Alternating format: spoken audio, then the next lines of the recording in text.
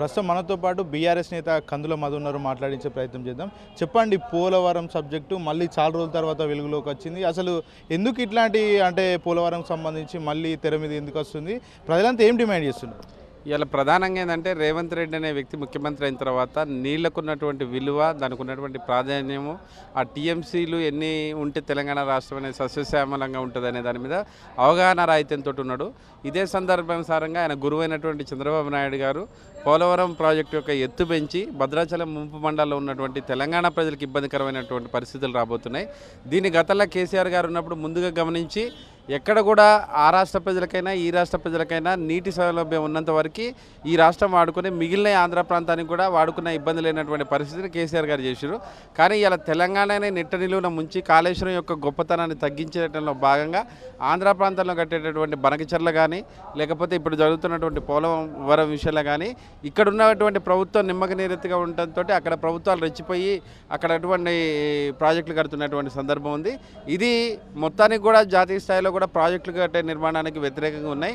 కానీ చంద్రబాబు నాయుడు కేంద్రంలో ఉన్నటువంటి ఇన్ఫ్లుయెన్స్ కావచ్చు, రాష్ట్రంలో రేవంత్ రెడ్డి ఆయన శిష్యుడిగా ఉండటం వల్ల కావచ్చు, కాబట్టి చంద్రబాబు నాయుడు చేసే పనులు అనేవి తెలంగాణ ప్రాంత ప్రజలకి ఇబ్బందికరంగా కనిపిస్తుంది. దానిలో భాగంగానే తెలంగాణ ప్రజల్ని మళ్ళొకసారి మనకున్నటువంటి నీళ్ల మీద, మనకు రాబోయేటటువంటి ముంపు మీద వాళ్ళని జాగృతి పరిచే కార్యక్రమం చేయబోతున్నాం. చంద్రబాబు నాయుడు కూడా అంటున్నారు, తెలంగాణకి ఎట్టి పరిస్థితుల్లో మేము అన్యాయం చేయం, ఖచ్చితంగా న్యాయం చేస్తాం, తెలంగాణతో మాకు ఎలాంటి శత్రుత్వం లేదని చెప్తున్నాడు.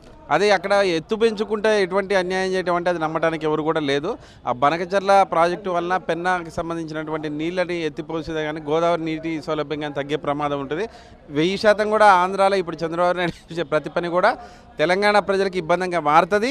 ఇది ఇక్కడ ఉన్నటువంటి రాష్ట్ర ప్రభుత్వం నిమ్మక నీరెత్తుగా ఉండటంతో అక్కడ పనులు వేగంగా జరగడంతో చాలా తీవ్రమైన నష్టాలు రాబోతున్నాయి. గతంలో కేసీఆర్ రాయలసీమకు ఎట్టి పరిస్థితుల్లో నీళ్ళు ఇవ్వాలంటూ కూడా ఆయన వ్యాఖ్యలు చేశారంటూ కూడా కాంగ్రెస్ సోషల్ మీడియా ప్రచారం చేస్తుంది. ఏం చెప్తారు దీనికి? ప్రధానంగా ఏంటంటే అవగాహన రాహిత్యంతో మాట్లాడుతున్నటువంటి సందర్భాలు.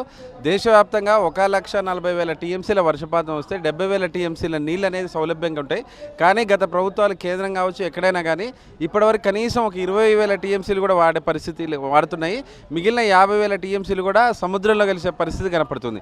కేసీఆర్ గారు వచ్చిన తర్వాత ఇన్ని వేల టీఎంసీలు వృధాగా పోతున్నాయన్న సందర్భంలో భాగంగానే అతిపెద్ద నిర్మాణాలు నిర్మించి నీళ్ళని నిల్వ చేసి పెద్ద మొత్తంలో 240 టీఎంసీల క్యాపబిలిటీ గలటువంటి కాళేశ్వరం ప్రాజెక్ట్ నిర్మించడం జరిగింది.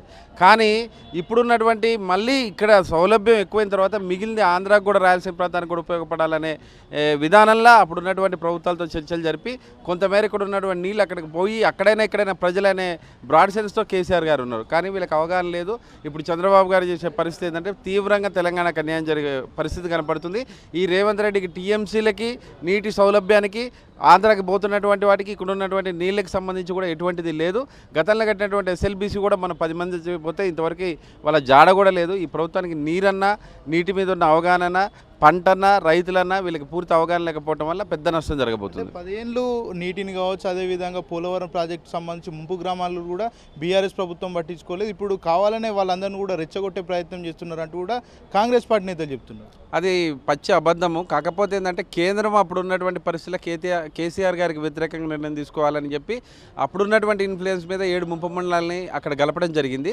అయితే కేసీఆర్ గారు కూడా అప్పుడున్న పరిస్థితులలో కేంద్రంతో కొట్లాడటం కంటే వీళ్ళకి ఏ రకంగా మన బోర్డర్లో ఉన్నటువంటి ప్రాంతాలకు న్యాయం చేయాలనే దాంట్లో కేసీఆర్ గారు ఆలోచించడం జరిగింది. కానీ ఇవాళ ఏం జరుగుతుందంటే భద్రాచలం ప్రాంతంలో భౌగోళికంగా స్థానికంగా తెలంగాణ ప్రాంతంలో ఉన్నప్పటికి కూడా వాళ్ళని అక్కడ ఆంధ్రాలో కలపడం వల్ల ఇలా భద్రాచలం శ్రీరాముడు సంబంధించినటువంటి 1,000 ఎకరాలు భౌగోళికంగా రాముడు మన దేవుడు అయినప్పటికి కూడా తెలంగాణలో ఉన్నప్పటికి కూడా మన భూములేమో ఆంధ్రాలో ఉన్నాయి.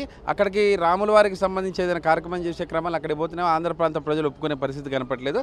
సామరస్యంగా 2 రాష్ట్ర ప్రభుత్వాలు కూర్చొని మాట్లాడుకోవాల్సినటువంటి చేయాల్సినటువంటి పని సందర్భాన్ని గత ప్రభుత్వాలు ఉన్నప్పుడు ప్రజలకు ఇబ్బంది లేదు. కానీ ఇక్కడికి వచ్చిన తర్వాత పరస్పర విరుద్ధమైన ప్రభుత్వాలు ఉన్నాయన్నట్టుగా వల్ల ప్రజలేమో భౌతికంగా విడిపోతున్నారు, నాయకులు మానసికంగా కలిసి ఉంటారు. కానీ ప్రజలకు విపరీతమైన ఇబ్బంది జరుగుతుంది. దీన్ని గమనించాలి ఖచ్చితంగా. తెలంగాణలో ఉన్నటువంటి కేంద్ర మంత్రులు బండి సంజయ్ కావచ్చు, కిషన్ రెడ్డి కావచ్చు, మరి భద్రాచలం రాముల వారి విషయంలో ఎందుకు మాట్లాడట్లేదు? ఎందుకంటే తీవ్రంగా అన్యాయం జరుగుతుంది ముంపు గ్రామాలకు సంబంధించి కావచ్చు, అక్కడ ఉన్నటువంటి దేవస్థానంకి సంబంధించి కావచ్చు. ఎందుకు వాళ్ళు మౌనం వహిస్తున్నారు? ఎందుకు మౌనం వహిస్తున్నారు అంటే చంద్రబాబు నాయుడుతో పొత్తులో ఉన్నది, వాళ్ళంతా కూటమిగా ఉన్నారు.